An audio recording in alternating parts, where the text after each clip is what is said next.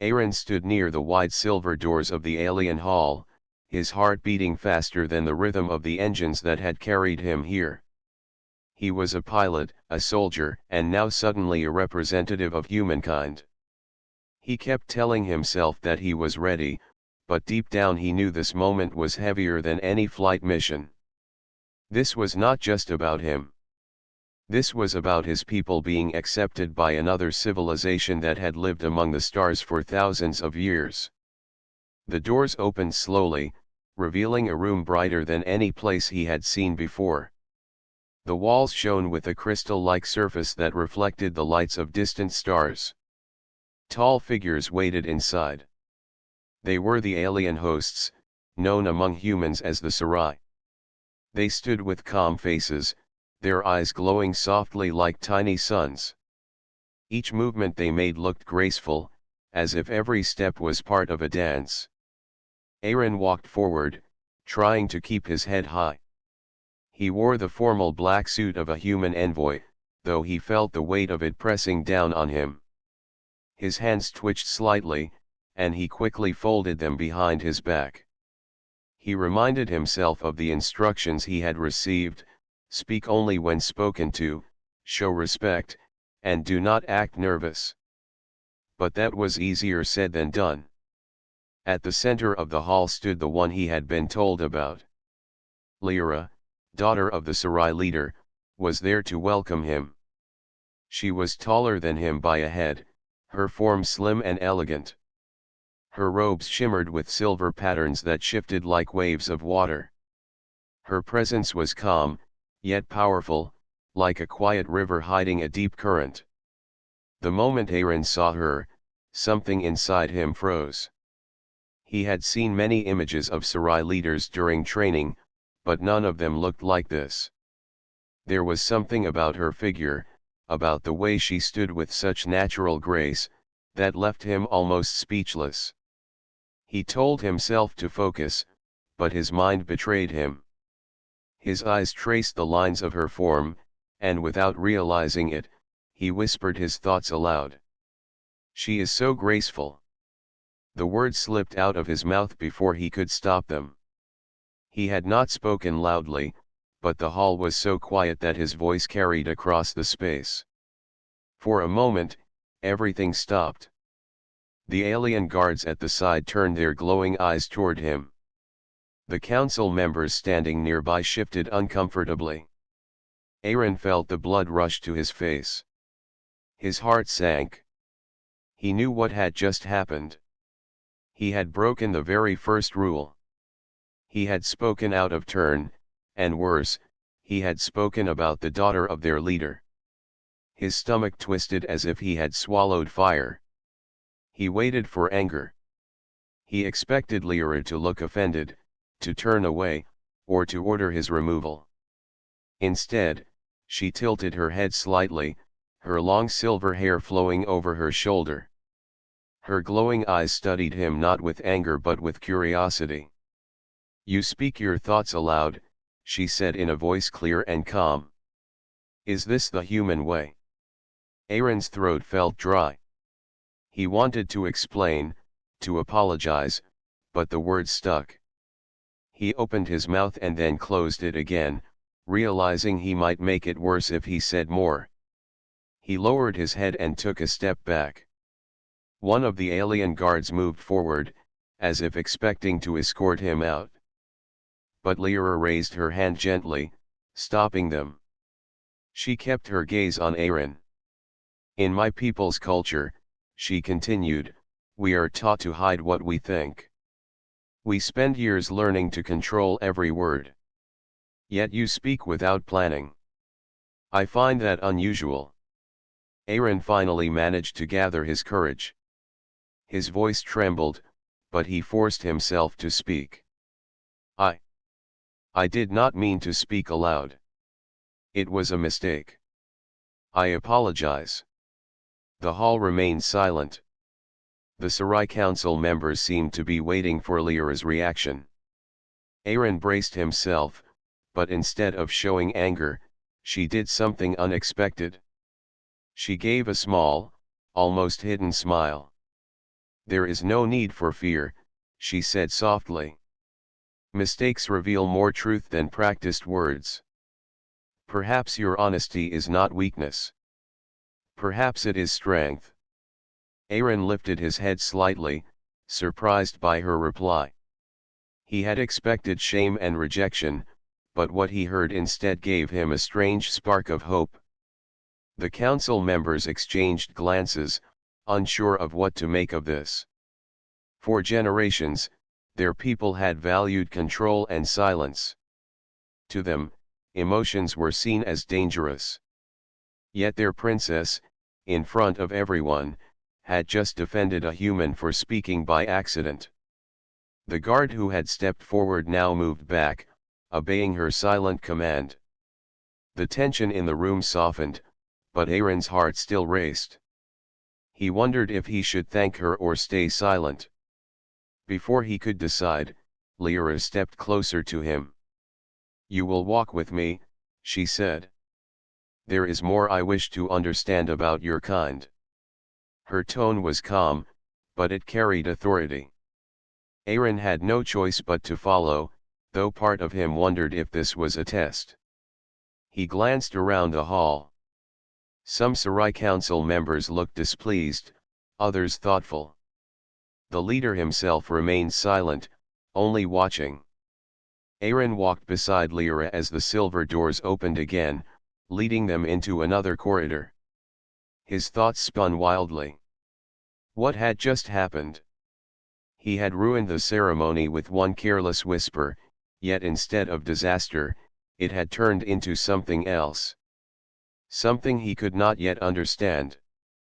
As the doors closed behind them, the council chamber buzzed with quiet voices. Some believed Lyra's response was dangerous. Others whispered that perhaps the humans carried a gift the Sarai had forgotten. But Aaron did not hear any of that.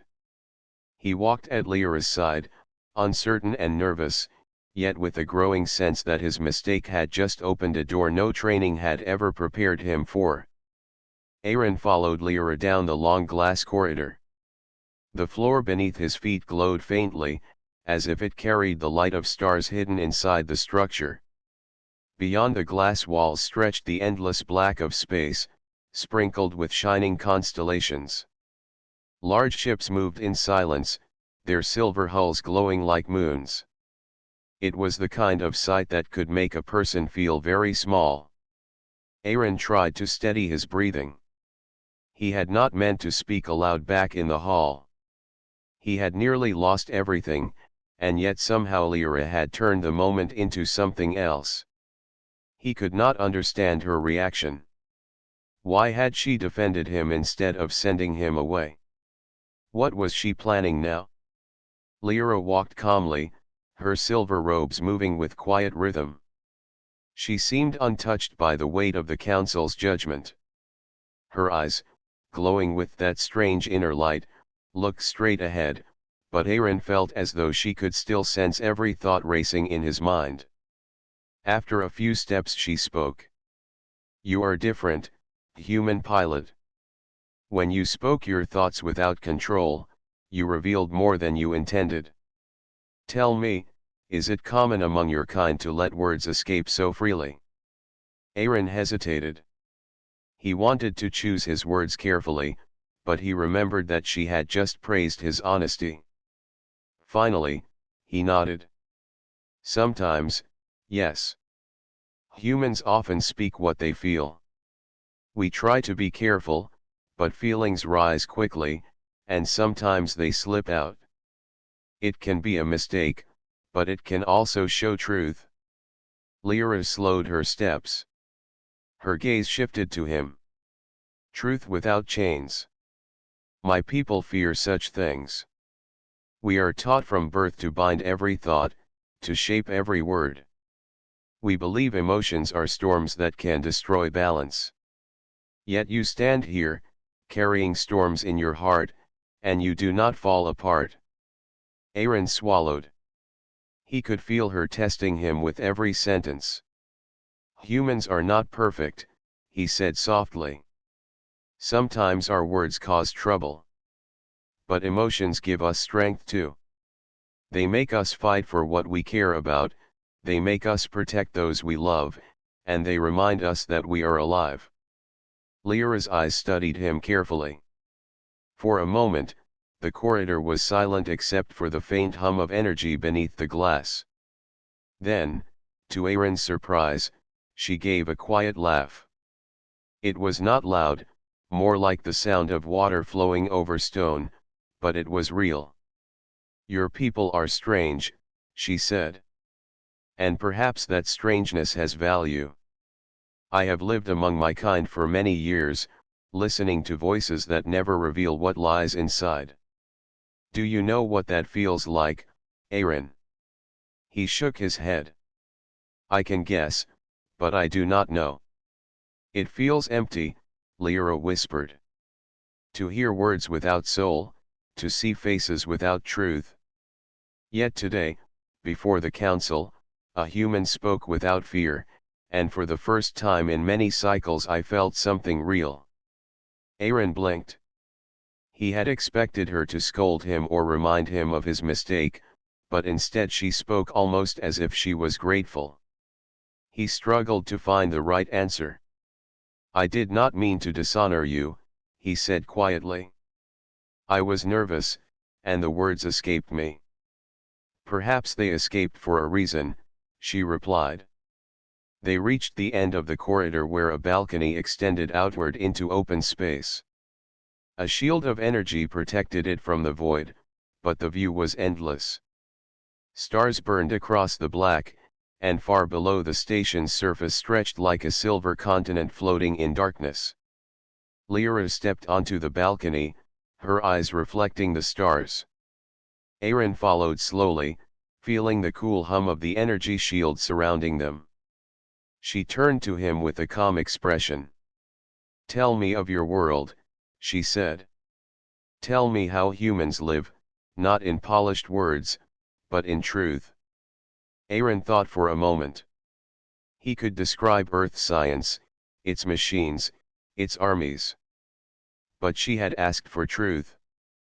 So he spoke of simple things. He told her of the sound of rain falling on rooftops, of children chasing each other through green fields, of families gathering around firelight to share food. He described music played on instruments carved from wood and metal, how people danced together not to follow rules but to celebrate life. He explained how humans painted colors on walls to express feelings too large for words. As he spoke, he saw her expression change. Her eyes grew wide, and her posture softened. She seemed to drink in every word as if hearing a story from a forgotten time. "My people do not dance," she said quietly when he finished. "We do not paint. We do not speak of storms or love. We speak of duty, of order, of silence. Perhaps we have gained strength from it, but perhaps we have lost something greater."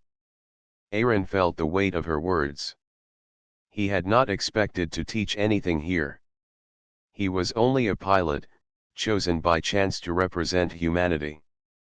And yet, by a single mistake, he had opened a path he had never imagined. Suddenly a shadow moved in the corner of his eye. He glanced back and noticed two figures standing at the far end of the corridor. They were Sarai guards, watching silently.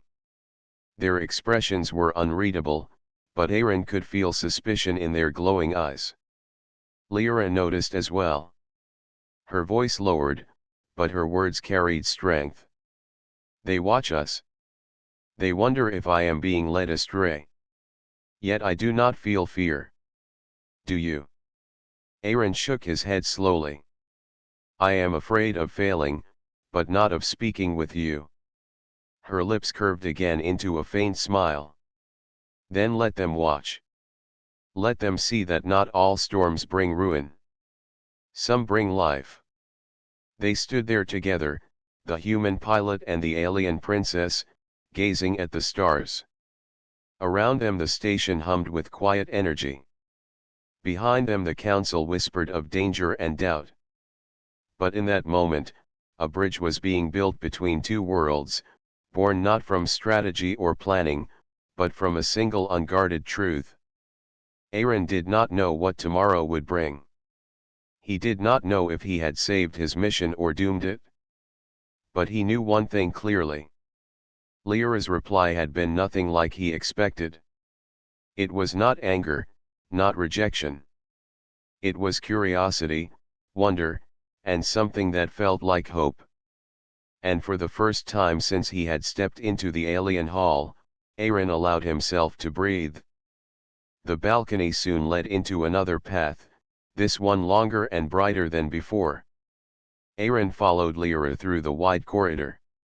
Its walls were made of glass so clear that it felt like they were walking directly among the stars. The station stretched far into the distance, its silver towers rising like crystal mountains. Ships glided outside, silent as birds in flight, their trails of light painting the void with glowing ribbons. Aaron had seen many views during his years as a pilot, but nothing compared to this. Here the stars looked close enough to touch, and the silence of space pressed around them like an endless ocean. For a moment he forgot his nervousness. He forgot the council, the guards, and even his own mistake. He only felt wonder. Lyra walked beside him, her steps light and graceful. Her glowing eyes reflected the stars as if they were part of her. She did not speak at first. She let the silence stretch, and Aaron wondered if she was testing him again. Finally she turned, her voice calm but curious. "When you told me of your world," she said, "you spoke of things my people cannot imagine. Rain falling from the sky, music born from simple hands, children laughing without fear. Do all humans know such things?"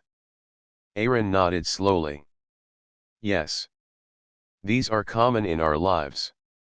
We do not think of them as special, but they are part of who we are. We live with both struggle and joy, and we do not always hide it. Sometimes we cry, sometimes we laugh, and sometimes we speak without meaning to. That is what makes us human." Lyra paused by the glass wall and placed her hand gently against it. Her fingers glowed faintly in the reflection. To show so much of yourself seems dangerous. If others know your weakness, can they not use it against you? They can, Aaron admitted. But hiding everything is not freedom either. To live fully, we must take the risk of being honest. It is how we build trust with each other. Without trust, we have only fear. Her eyes softened at his words. "Trust," she repeated quietly, as if tasting the word for the first time. "Among my people, we trust only rules. Not feelings. Not words spoken without measure." Aaron tilted his head, studying her carefully. He could sense the weight behind her calm voice.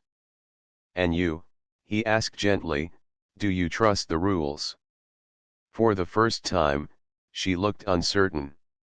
Her gaze drifted to the stars outside.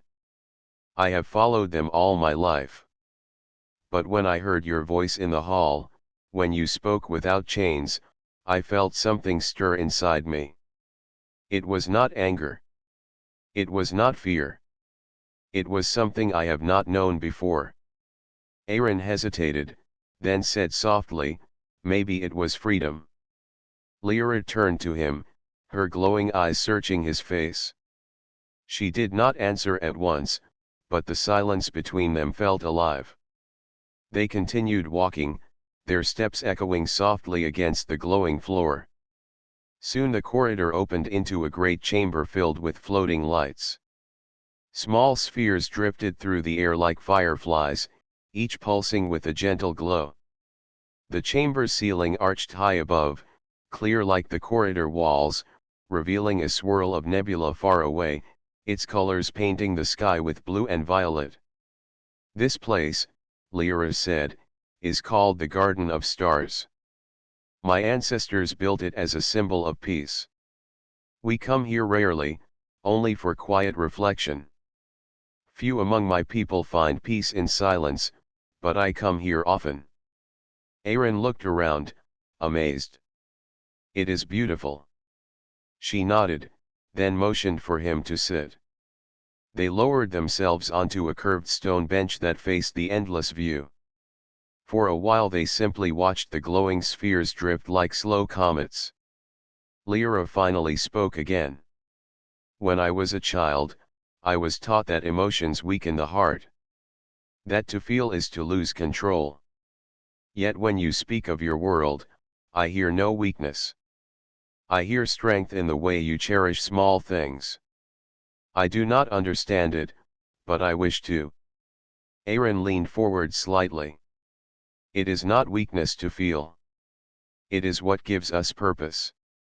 A soldier fights not only for orders, but for family, for home, for love. Without those things, our strength would be empty. Her gaze lowered. And if one has never known such things? Aaron's chest tightened at the quiet sadness in her voice. He answered softly. Then it is never too late to learn. The words hung between them, and for a moment neither spoke. The glowing spheres drifted closer, as if listening. Suddenly the sound of footsteps echoed at the entrance of the chamber. Aaron turned quickly. Two Sarai guards entered, their tall forms moving with rigid precision. They bowed slightly to Lyra but kept their eyes fixed on Aaron. Princess, one of them said, his voice sharp, the council grows uneasy. They ask why you remain with the human instead of returning to your duties. Lyra stood, her silver robes flowing like water. Her voice remained calm but carried quiet authority. Tell the council that I am learning. That is my duty now. The guard frowned. Learning from him? This is not wise. His words may lead you astray. Her glowing eyes narrowed slightly. Do not question my choice. Go, and tell the council what I have said. The guards exchanged looks, then bowed again before leaving. Their footsteps faded, but the tension they left behind remained. Aaron looked at Lyra cautiously. They do not trust me. She shook her head. They do not trust anyone who challenges silence. They fear what they do not understand. And you? Aaron asked carefully. Her gaze returned to the stars beyond the glass. I fear silence more than I fear your words. The answer struck him deeply. She was not only curious about humans. She was struggling against the very rules that had shaped her life. His mistake in the council hall had given her a reason to question those rules, and now she was walking a path no one among her people dared. For the first time since arriving, Aaron felt the weight of his role more clearly. This was no longer only about diplomacy or survival. This was about change. And change often began with a single step, or a single unguarded word. As they sat once more in the Garden of Stars, Aaron realized that his journey had taken a turn he could never have predicted. What started as a mistake was becoming something far greater. A bridge of trust was being built, fragile yet shining like the lights drifting around them. And though the council might resist, Aaron knew this truth could not be hidden forever. The Garden of Stars became a quiet shelter for Aaron and Lyra. The glowing spheres floated slowly in the air, casting soft light across their faces. The station beyond hummed with its endless energy, but here inside the chamber time seemed slower, gentler. Aaron sat on the curved bench while Lyra paced slowly, her robe shimmering as she moved. She turned toward him. You spoke of music on your world. I have never heard it. Describe it to me. Aaron smiled faintly, though it felt strange to talk about such simple things in a place so vast. Music is sound shaped by people. We use voices, instruments, even our hands. We make rhythm, and we create songs. Some music is soft and calm, meant to soothe the heart. Some is loud and strong, meant to stir courage in battle. It is a way for us to share feelings that words cannot always hold. Lyra tilted her head, her glowing eyes watching him closely. Among my people, sound is for command, not for expression. We use tones only to deliver orders or to teach lessons. To make sound for feeling alone would be seen as waste. Aaron shook his head gently. It is not waste. Music brings people together. A song can carry hope when words are not enough. Even in war, soldiers sing to remind themselves they are not alone. Families sing to children so they feel safe. It is part of us. Her gaze softened. It sounds like more than sound. It sounds like memory given shape. Yes, Aaron said, surprised at how well she understood. That is exactly it. They sat in silence for a while, watching the spheres drift like glowing birds. Lyra finally spoke again. And what of art? I hear your kind paint and carve for no purpose. Is that true? Aaron laughed softly, the sound echoing lightly in the chamber. It is true. We paint with color, we carve stone, we build statues. Sometimes it tells stories. Sometimes it is only for beauty. Even when there is no purpose, we still create. Because it gives joy. Joy, Lyra repeated, the word slow on her tongue. We are taught that joy is fleeting, and so it is not worth chasing. But you say it is worth creating, even if it fades. Aaron nodded firmly. Yes. Because even if it fades, it leaves something behind. A memory, a smile, a moment when the heart felt alive. That is enough. She lowered herself onto the bench beside him. The distance between them was small now, and Aaron felt the quiet intensity of her presence. She looked at him, not as a leader's daughter but as someone searching for meaning. My people, she said softly, have lived for thousands of cycles. We mastered silence, order, and discipline. We have survived long wars and built great stations. But when I hear you speak, I wonder if in our search for strength we lost something more important. Aaron leaned forward.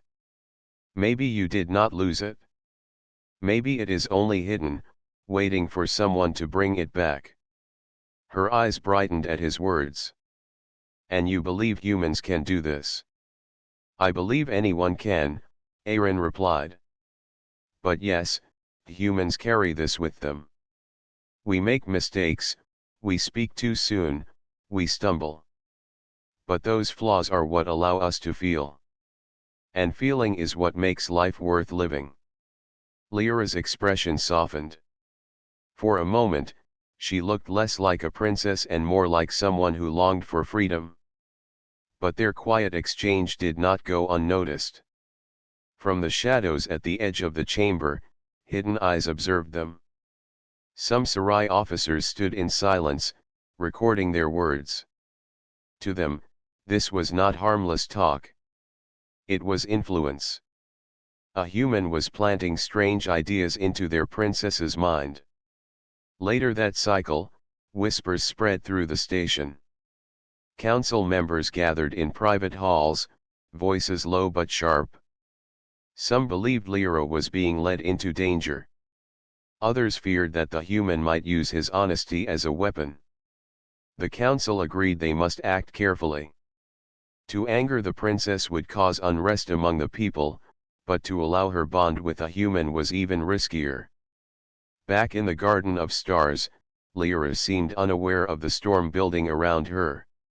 She asked Aaron about more human ways. Tell me of your gatherings, she said. Do your people eat together as you described? Do they share more than food? Aaron smiled at the memory. Yes. When families gather, they share stories. They laugh, they cry, they argue, but they stay together. A meal is not only for filling the body. It is for filling the heart. Sometimes one story shared at a table can be remembered for generations. Her eyes widened slightly. We do not eat in groups. Each takes their portion in silence. To speak during eating is considered improper. Then maybe you are missing something, Aaron said gently.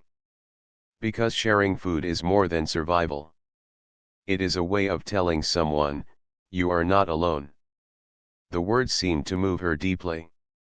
She stood and walked toward the glowing spheres, her robe brushing lightly against the stone floor. Not alone, she whispered. Then she turned to face him. You say these things so simply, yet they strike like fire against cold stone. I have lived all my life among silence, but now I hear echoes that will not fade. Aaron lowered his gaze, unsure what to say. He had not planned any of this. He was just speaking truth, as he knew it. But somehow his truth was shaking the heart of an alien princess. Before he could answer, the silver doors of the chamber slid open. A council messenger stepped inside, his tall frame rigid with formality. He bowed slightly to Lyra, but his voice was firm. Princess, the council requests your presence. They say it is urgent. Lyra's calm expression did not change, but Aaron saw her hands tighten slightly at her side. She nodded. Tell them I will come. The messenger bowed again and left. The chamber fell quiet once more. Aaron looked at her with concern. They do not like me being here, do they? Her glowing eyes met his. No, they do not. But it does not matter. What matters is that your words have shown me something my people forgot. I will not turn away from it now. Aaron felt both pride and worry at her determination. He knew the council would not give up easily. His mistake in the hall had started a fire, and now it was spreading. As they walked back through the glass corridor, stars shining all around them, Aaron could not shake the feeling that something was about to change. The Sarai had lived in silence for ages, but silence was breaking. And he, a simple human pilot, had become the cause. The council chamber was filled with low voices when Lyra entered. Tall Sarai elders stood in a circle around the glowing platform at the center. Their robes were darker than hers, their glowing eyes sharper, colder. Behind her, Aaron followed carefully, his steps measured, though he could feel the weight of every gaze fixed on him. The eldest counselor, a figure named Arun, raised his hand for silence. His voice was deep, carrying both strength and judgment. Princess Lyra, we have heard troubling words. It is said you spend long hours with the human, listening to his stories. Some believe his influence is unwise. Do you deny this? Lyra lifted her chin with calm dignity. I do not deny it. I speak with him because he shows me truth. His words may be strange, but they carry meaning that our silence has forgotten. A ripple of disapproval moved through the chamber. Arun's eyes narrowed. Truth is dangerous when it comes from an untested voice. Humans are young. Their worlds are fragile. What can they teach us, who have walked among the stars for thousands of cycles? Aaron felt heat rise in his chest, but he forced himself to remain quiet. This was not the time to speak without thought. Yet Lyra's answer came quickly, her voice clear and steady. They can teach us what we no longer see, she said. They can remind us that life is more than duty. I asked him of his world, and he spoke of music, of joy, of families sharing food, of children laughing without fear. Tell me, counselors, when was the last time we heard laughter in these halls? When was the last time joy echoed in our stations? Her words struck deep. Some council members lowered their eyes, but others glared with rising anger. Arun's voice grew harsher. Joy does not hold walls against enemies. Laughter does not power engines. Order is what keeps us alive. Lyra stepped closer to the glowing platform. Order without heart is an empty shell. We may live, but do we truly exist? The human showed me that truth. And I will not pretend I did not hear it. The chamber erupted into heated voices. Some shouted that she was risking corruption. Others whispered that perhaps she was right. Aaron stood frozen, feeling the storm swirl around him. He knew he was the cause of this division, yet he also knew he could not turn back. Finally, the council leader struck his staff against the floor, and the sound silenced the chamber. Enough, Arun commanded. If the human claims his people hold wisdom, let him prove it. We will not allow words alone to sway us. He must face a trial. Aaron's heart tightened. He looked to Lyra, who met his eyes with a calm but steady gaze. She gave the smallest nod, as if to say, "Do not fear." "What trial?" she asked.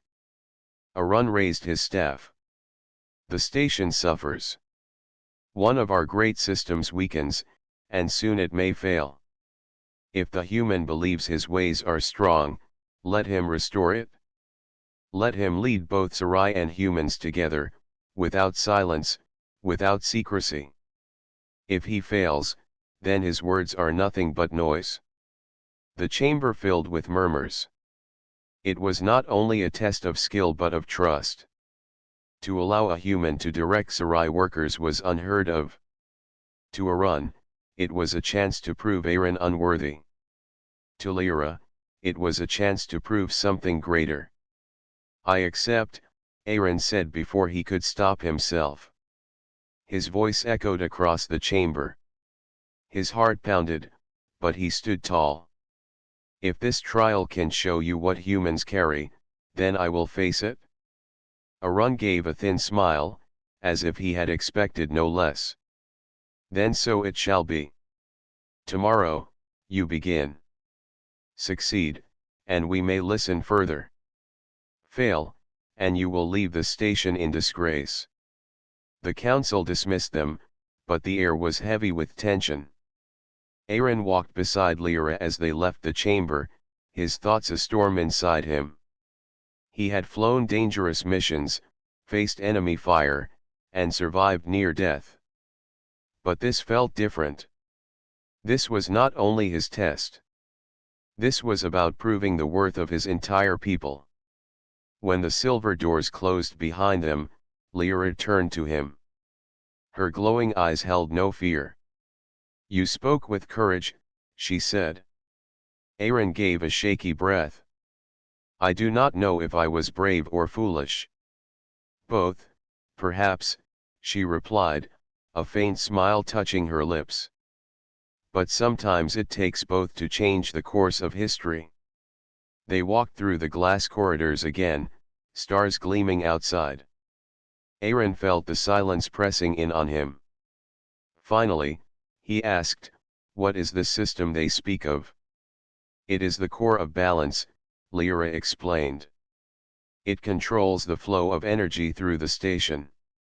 Without it, our halls will darken, our shields will fail, and all who live here will be at risk. It has grown unstable, and even our best have struggled to repair it." Aaron frowned. "Then why trust me with it?"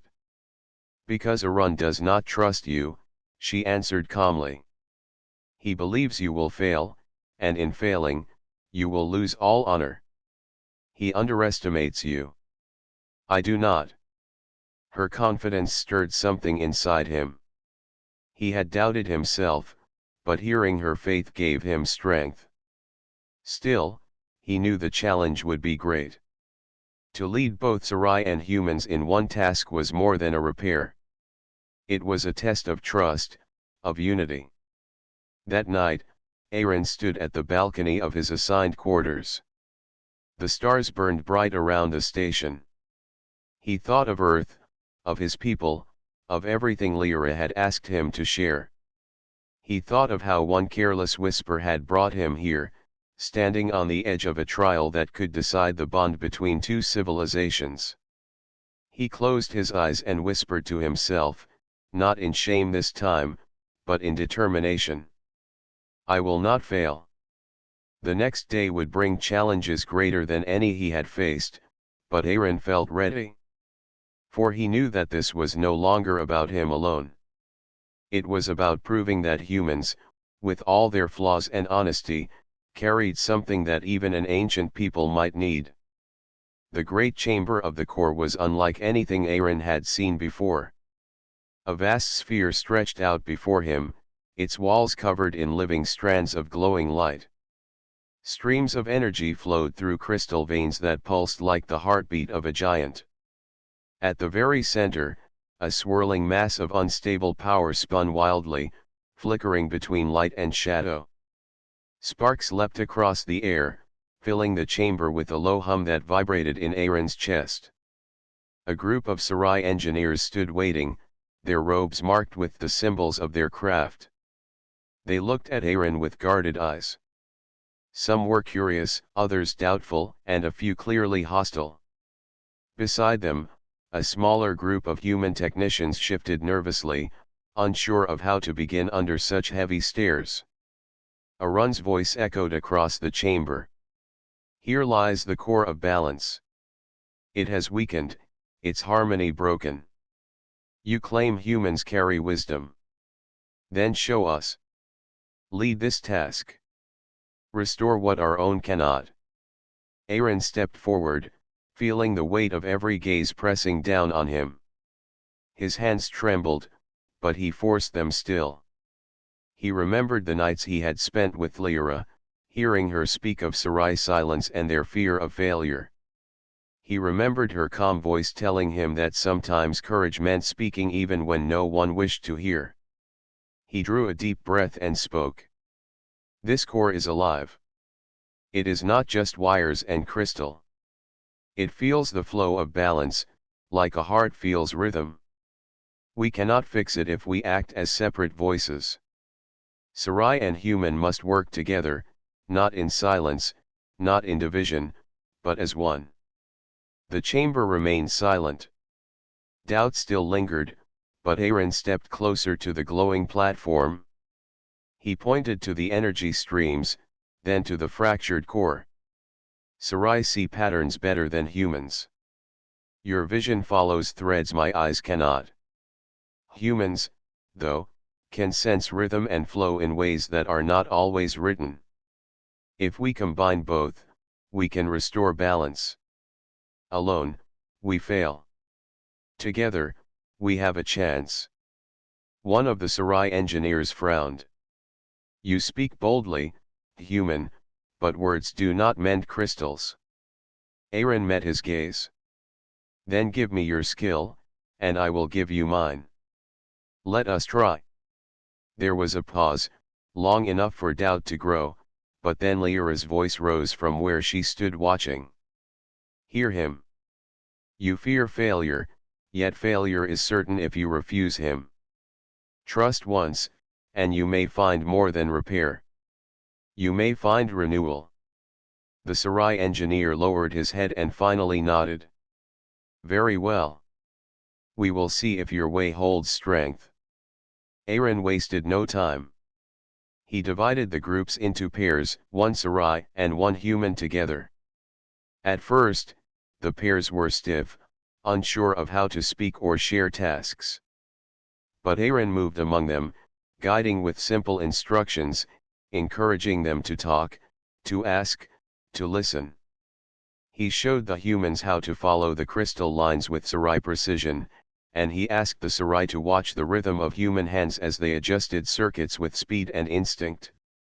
Slowly, the silence between them began to crack. A Sarai engineer asked a human technician why he hummed softly while working, and the human answered, "It helps me feel the rhythm." The Sarai tried it himself and was surprised when the energy pulse steadied. For hours they worked, weaving skill with skill. The unstable core resisted, throwing sparks and waves of light across the chamber, but the teams pressed forward. Aaron climbed onto the main platform, where the largest fracture split the heart of the core. He felt the heat burning against his skin, the raw power of the station pulsing beneath his hands. "Guide me," he called to the Sarai watching from above. "Tell me where the strands flow." One Sarai elder hesitated, then raised his voice. "Left side weak. The current pulls there." Aaron adjusted the conduit. "Humans, tighten the stabilizers. Match the rhythm, steady and slow." The glow shifted. The wild flickers grew softer. The chamber filled with a low, steady hum that sounded almost like music. For the first time, Sarai and human voices rose together, calling instructions, sharing results, correcting one another without pride or fear. But then a sharp crack split the air. A surge of energy burst from the core, throwing Aaron backward across the platform. Sparks rained down, and the chamber shook. The unstable power lashed wildly, threatening to shatter everything they had built. Aaron struggled to rise, pain searing through his arms. He saw fear flash across the faces of both groups. The work was failing. Arun's voice rang out above the chaos. "Enough. This human will bring ruin." But before the counselor could stop the trial, Aaron forced himself up. He staggered back to the platform, his voice hoarse but unyielding. "Do not stop. Keep going. We are close." He placed his hands on the core itself, feeling the burning energy surge into him. His body trembled under the force, but he closed his eyes and listened. Not with Sarai's sight, not with human logic, but with something deeper. He listened for the rhythm of the core, the heartbeat buried beneath the storm. Slowly, faintly, he felt it. A pulse, uneven but alive. He began to whisper, his words low but steady. "Here. Here is the balance. Follow it." The Sarai picked up his words, guiding their vision along the pulse. The humans adjusted their work to the rhythm of his voice. Together, they moved as one, following the hidden beat. The core responded. The wild energy slowed, its flickering chaos settling into flowing light. Cracks sealed, crystals shone, and the swirling mass grew calm and bright. The chamber filled with the rising hum, clear and steady, like the sound of harmony itself. When the last surge faded, the core stood whole again, glowing with perfect balance. The chamber was silent, but this silence was not heavy. It was filled with awe. Aaron stepped back, his body shaking, sweat running down his face. His arms burned, but his eyes shone with quiet triumph. He looked at the Sarai and humans, who now stared not at him, but at one another. For the first time, they saw themselves not as strangers, but as partners. Lyra stepped forward, her voice soft but strong. "You asked him to prove the worth of his people. He has done so. Not with force, not with pride, but with unity. The core is not only restored. So too is the bridge between us." Even some who had doubted now lowered their heads in respect. Arun's face was hard, but his silence betrayed the truth. The human had succeeded. Aaron let out a slow breath. He had not only survived the trial but changed something greater than machinery. He had shown them that humans carried more than noise. They carried heart. And in that moment, the silence of the station did not feel cold anymore. It felt alive. The chamber of the core was quiet after the trial. The glowing sphere pulsed gently, its energy flowing smoothly through the station. Sarai and human engineers stood in clusters, exhausted but smiling. For the first time, the barrier of suspicion had cracked, replaced with something neither side expected: trust. Aaron stepped down from the platform, muscles aching, yet his heart felt light. He had never known such fatigue mixed with triumph.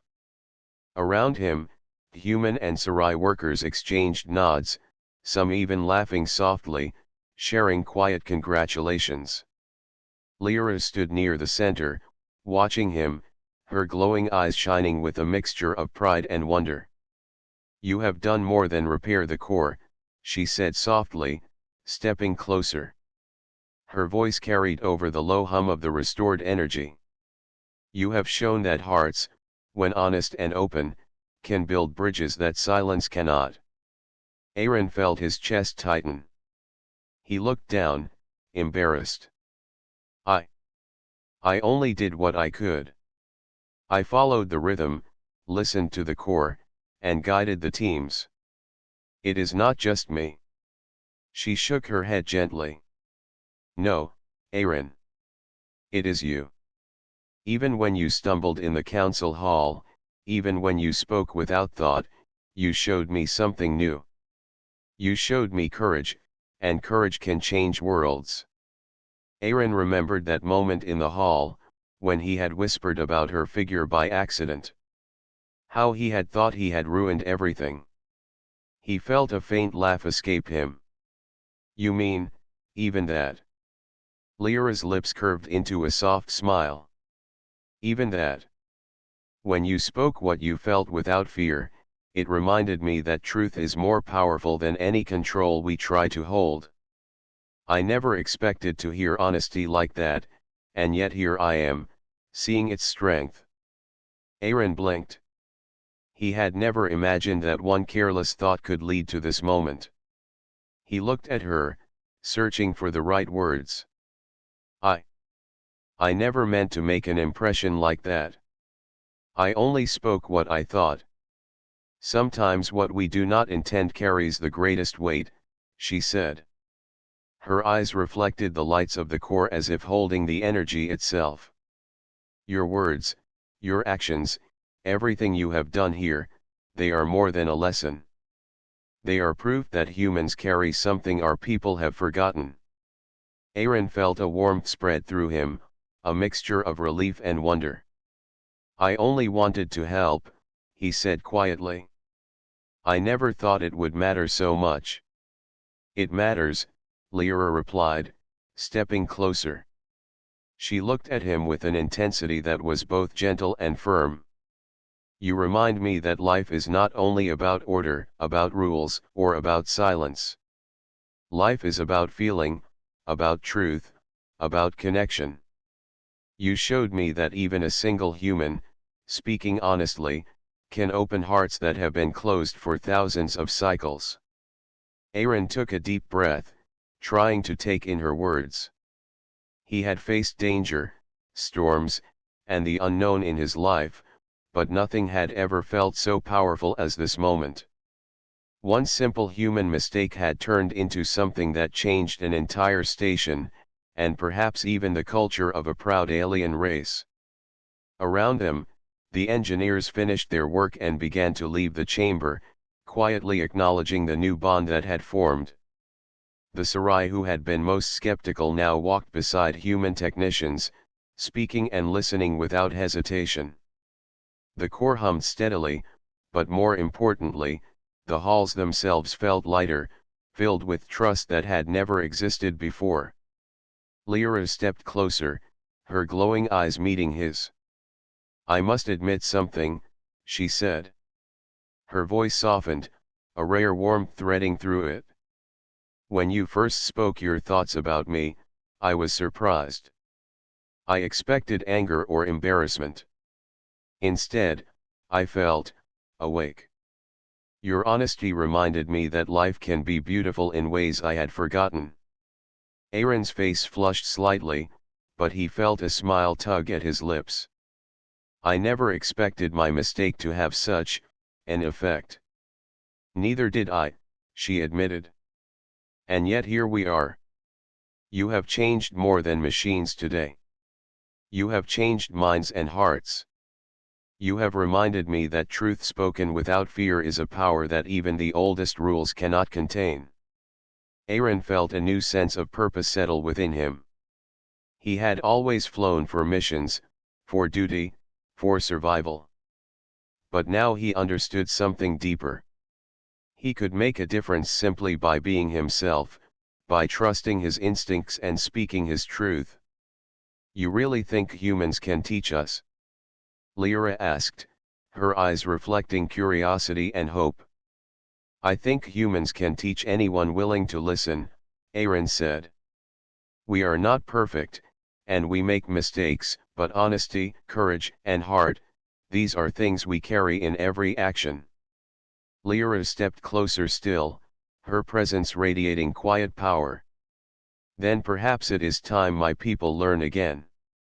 You have given me hope, Aaron. Hope that even silence can be broken, even hearts closed by rules can open, and even the oldest fears can be faced. Aaron nodded, feeling both humbled and inspired. He had never imagined that a careless thought, spoken in nervousness, could lead to this. But now he saw clearly that honesty, courage, and action could create connections stronger than fear or doubt. The core hummed steadily behind them, a symbol not only of restored energy but of renewed trust. Aaron realized that this moment, like the pulse of the core itself, would carry far beyond this chamber. It would reach every corner of the station, perhaps even across the stars, as proof that one person, speaking truth and acting with heart, could change the fate of many. Lyra took a step back, her gaze still fixed on him. You have shown me something I will never forget. And for that, I thank you. Humanity's way is not our own, but it is not weaker. It is alive. It is real. And it has power. Aaron's chest swelled with a mixture of pride and humility. He had not planned any of this.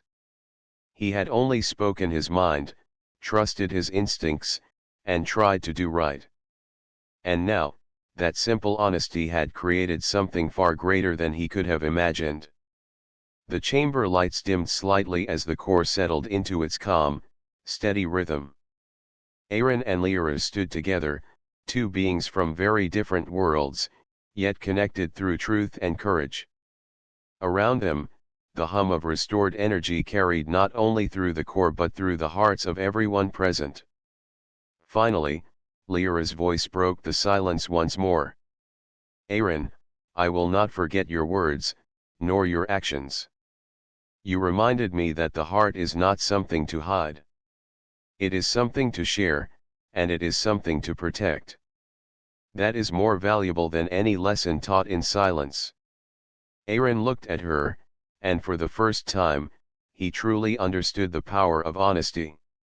One small, unguarded moment, one truth spoken without fear, had opened a door that could never be closed again. And in that moment, he knew that no mission, no challenge, and no fear could stop what had begun.